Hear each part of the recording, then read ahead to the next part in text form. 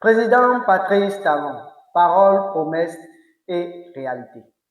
Dans les épisodes précédents, j'ai présenté les conditions dans lesquelles le président Patrice Talon est venu au pouvoir et les promesses qu'il avait faites. Cet épisode présente ses actions une fois dans le fauteuil présidentiel. Donc, une fois au pouvoir, il a dérangé, a bousculé les habitudes et s'est imposé. Il a opéré des réformes qui ont touché presque tous les secteurs pour le bon fonctionnement du pays. Même si nous ignorons la majorité, critiquons certains et ne ressentons pas d'autres dans l'immédiat. Du verbe au concret, du bricolage à la structuration, du symbolique au résultat, même si tout n'est pas encore parfait, le président Patrice Talon a su mettre le Bénin couché assis. Et nous devons maintenir le cap pour le mettre debout. En ouvrant la voie à une nouvelle ère pour notre nation, il a démontré sa capacité à transformer le pays en profondeur. On ne peut plus parler de l'Afrique aujourd'hui sans parler du Bénin. Non pas à cause de la revendication, mais à cause des résultats concrets et visibles. Car pendant que certains pays peinent encore à tourner une page sombre de leur histoire, le Bénin l'a refermé depuis longtemps et avance sereinement vers l'avenir. Ce qui a été possible, parce que celui qui incarne le Bénin depuis 2016 est dans l'action constructive et non dans le bruit. Du coup, ce n'est pas de la magie, c'est la connaissance de l'histoire du pays, le travail, la rigueur, la volonté et le courage qui accompagnent les décisions de changement et d'amélioration au quotidien. Ce que certains opposants appellent dictature et que moi j'appelle SAD, stratégie anticipation et la dévotion dans la discipline pour l'évolution. Car sans méthode et fermeté, aucun progrès durable n'est possible. Le président Patrice Talon est un homme averti, car il connaît très bien le peuple, ses besoins à long terme et les méthodes de ceux qui pourraient freiner ses projets pour le bien commun. Déjà, au-delà des ambitions personnelles pour le pouvoir, nous devons exiger de nos leaders d'avoir de véritables ambitions pour notre pays. Et il serait aussi important qu'on rebaptise dans notre pays les opposants par les contradicteurs constructifs. Cela pourrait les pousser à agir autrement, à réfléchir pour faire des propositions concrètes au lieu de se limiter à un rôle de blocus national permanent.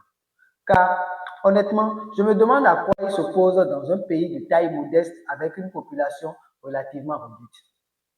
Ce dont nous avons le plus besoin, c'est de l'organisation, de travail et d'un minimum de stabilité pour répondre à nos besoins essentiels et mieux nous positionner dans la sous-région. Le Bénin n'a plus besoin de tensions stériles. Il a besoin de vision, de contribution et d'idées fortes. Ceci étant, tout Béninois peut aspirer à diriger le Bénin, à condition d'avoir les capacités et de répondre aux exigences qui seront désormais fixées. Mais aujourd'hui, une personne incarne la vision, la méthode et le courage pour consolider ce qui a été entamé. Et c'est le président Patrice Talon. Imaginez si nous ne recommençons pas les erreurs de nos aînés en agissant avec émotion. Imaginez si on allait au bout de l'effort. Le Bénin a changé, il avance, mais le chantier n'est pas encore terminé. Celui qui a lancé les fondations et connaît le plan est encore là. Et je ne dis pas qu'il va construire tout le Bénin avant de passer le témoin, mais qu'il finisse de mettre l'ordre dans l'organisation politique de notre pays pour garantir stabilité et efficacité au service du développement pour le bien de tous. Il a ses défauts et ses moments de colère comme tout être humain. Mais dans un environnement politique longtemps pollué, c'est lui qui a su imposer l'ordre et orienter le pays vers des résultats visibles qui pourront durer dans le temps si on en prend soin. Et qu'on le veuille ou non, la relation entre le gouvernement et le peuple ressemble à celle d'une entreprise et ses clients. Le peuple finance le fonctionnement de l'État, donc il est en droit d'attendre des résultats concrets. Et c'est ce que nous devons exiger de nos dirigeants africains. Car c'est ce que le président Patrice Talon s'exige à lui-même d'abord et exige de ses collaborateurs depuis 2016. Les résultats sont là, malgré que la majorité n'est pas en phase avec ces procédures. Imaginez les résultats si c'était le contraire. Raison pour laquelle j'invite tous ceux qui profitent des avantages de leur poste à vraiment faire leur part. Et je leur demande aussi de comprendre que nous n'avons pas beaucoup à partager pour le moment, déjà que nos aînés n'avaient pas fait des efforts dans ce sens pour qu'il y ait beaucoup à partager aujourd'hui. Je remercie le gouvernement du président Patrice Talon pour les efforts et je l'invite aussi à beaucoup plus communiquer sur ses actions, car c'est l'un des points faibles de son gouvernement malgré les avancées réelles. La philosophie d'un homme d'affaires, c'est moi je travaille et mes résultats parlent à ma place. C'est une philosophie que moi et certains Béninois de notre position, nous comprenons, mais pas tous. Surtout la majorité de nos aînés qui ne veulent pas pousser loin leur curiosité pour comprendre ce qui se fait et qui se limitent et qui se contentent des informations qui viennent à eux. Or, nous savons que seules les mauvaises informations font beaucoup plus de bruit en Afrique et même dans le monde. Je profite pour saluer l'initiative des ministres conseillers et je les invite à bien jouer leur rôle en allant plus loin dans la bonne communication. Parce que, soyons honnêtes, ce n'est pas encore ça et ce n'est pas ce que le peuple a besoin d'entendre qu'ils disent.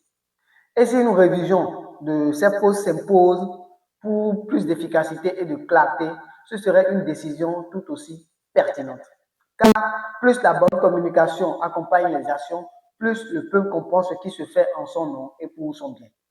Et j'appelle nos députés à sortir des querelles stériles pour se focaliser sur l'essentiel qui est d'informer, d'expliquer et de dialoguer avec les citoyens pour renforcer la compréhension et la confiance.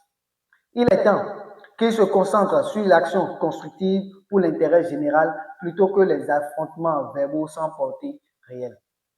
Malheureusement, c'est souvent dans ce silence institutionnel et ces querelles politiques que certains profitent de leur position pour manipuler l'opinion publique dans le seul but de diviser pour susciter la révolte du peuple.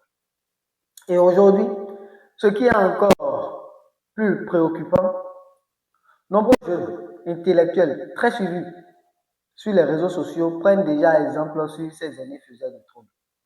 Ils reprennent leur discours et propagent déjà des messages de division. Or, le peuple béninois est un peuple très émotif qui est prêt à suivre celui qui sait jouer sur ses émotions. Voilà que le progrès se repose sur l'effort continu et non sur l'émotion. Il est donc urgent de mettre de côté les chamailleries politiciennes et de miser sur une communication claire, sincère et constructive avant que cette épidémie de confusion, de malcompréhension et de division ne contamine durablement les générations présentes et futures. Car rêver d'un meilleur pays ne suffit pas. Et si nous voulons que les choses changent réellement dans notre pays, chacun de nous doit faire sa part en jouant efficacement son rôle. Parce que le progrès ne viendra pas de l'attente, mais de l'engagement et de l'exigence soutenue par nos efforts. Et c'est aujourd'hui que nous devons faire ces efforts. Voilà pourquoi, avant de passer le témoin, le président Patrice Talon doit poser des actes forts pour garantir l'équilibre et assurer la continuité de l'œuvre entamée au bénéfice des générations présentes et futures. Sous son régime, nous avons réalisé beaucoup de choses visibles. Mais si on ne consolide pas l'invisible qui a rendu cela possible, tout peut s'effondrer au premier vent mauvais et exposer tout le pays au risque de repartir de zéro encore et encore. Dans ces conditions, son régime et nos sacrifices n'auront servi à rien de durable. Donc, il est essentiel de laisser des fondations solides, un code, et de mettre en place un moule afin que désormais tout dirigeant à la tête de notre pays soit contraint de travailler et de produire des résultats concrets.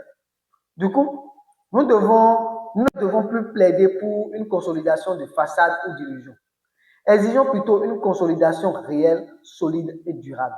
Parce que nous avons la chance d'avoir un président qui s'est positionné comme un gestionnaire plutôt qu'un politicien classique, qui n'est pas dans l'émotion, mais dans le concret, et qui a à son actif une majorité parlementaire rare, durement critiquée, que bien des régimes ont voulu avoir, mais n'ont pas pu obtenir. C'est une opportunité en or pour le Bénin d'asseoir des bases durables qui vont profiter à la génération présente et future. Cet épisode n'est pas une culte de la personnalité. C'est une invitation à voir que quand l'ordre existe, ceux qui vivent du désordre paniquent. Et la vraie question est là. Est-ce que nous voulons continuer? La jeunesse doit comprendre que la continuité d'une vision est plus forte que simple changement de visage. Rendez-vous au prochain épisode pour démontrer pourquoi son régime est combattu et même par certains jeunes. Dites-moi ce que vous avez pensé de cet épisode en commentaire et n'oubliez pas de vous abonner si vous venez de rejoindre la série. C'était BAMS, l'héritage réinventé et l'avenir en marche. Soyez rock et on se dit à très bientôt.